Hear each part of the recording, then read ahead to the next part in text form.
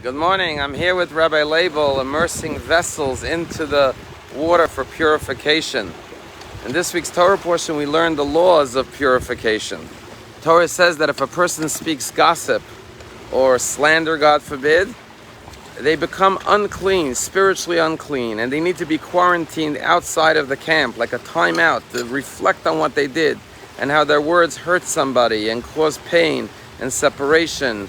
And just like they caused isolation through their words, they are now isolated till the Kohen deems them fit to return to the Jewish camp and use their words properly. And our rabbis say, why is the punishment for the uncleanliness of contamination and defilement through your negative words? Why is the punishment isolation?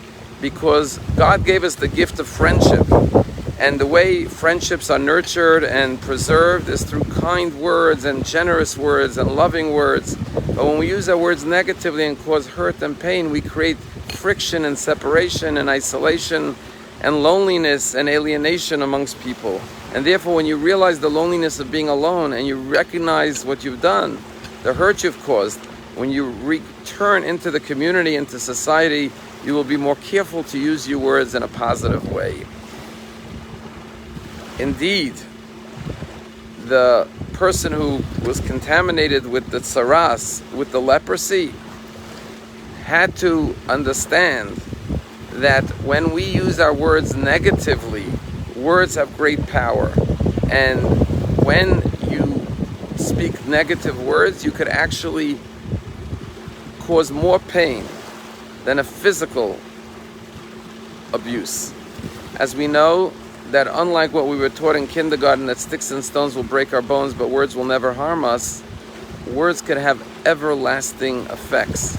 Relationships, unfortunately, can be permanently severed because of our harmful words. And yes, we believe in free speech, but free speech is never allowed to be exercised at the expense of someone else. Last week in Warsaw, Poland, there were millions of refugees pouring out of Ukraine over the border, and the Jewish Agency was hosting hundreds and hundreds of Jews in a hotel in Warsaw, and every day they would announce which families were cleared with paperwork to go make Aliyah to Israel. And one day in the lobby they were listing 150 names of people that were boarding a plane that day to go to Israel, and they called out a name of Mariana Vashavsky and her family. And they started to get their bags to get ready to go to Israel. And then they went down the list and they called out the name Valentina Vershavsky. And Mariana said, same last name, that's interesting. And so as they were getting ready to go to the plane, she went over to her. She went over to her and said, tell me, we have the same last name. And they started to talk. And guess what they discovered? They discovered that when Mariana was a little girl, her father divorced her mother and abandoned her and her mother, and she never grew up knowing her father. Her father went on to start another family, and Valentina and Mariana were sisters. And right there in the lobby of the Warsaw Hotel, sisters and their children, cousins, were reunited. And as they got on the plane, they said, this is the most painful, difficult time in our lives. We've been uprooted. Our husbands are fighting back in Ukraine against the Russians. We're going to a new country. We don't know what our future entails and holds for us. But knowing that we have our family at our side, that we have my sister at my side, my nephews, my nieces, our cousins, this gives us the strength to overcome and endure. And that's true for every one of us.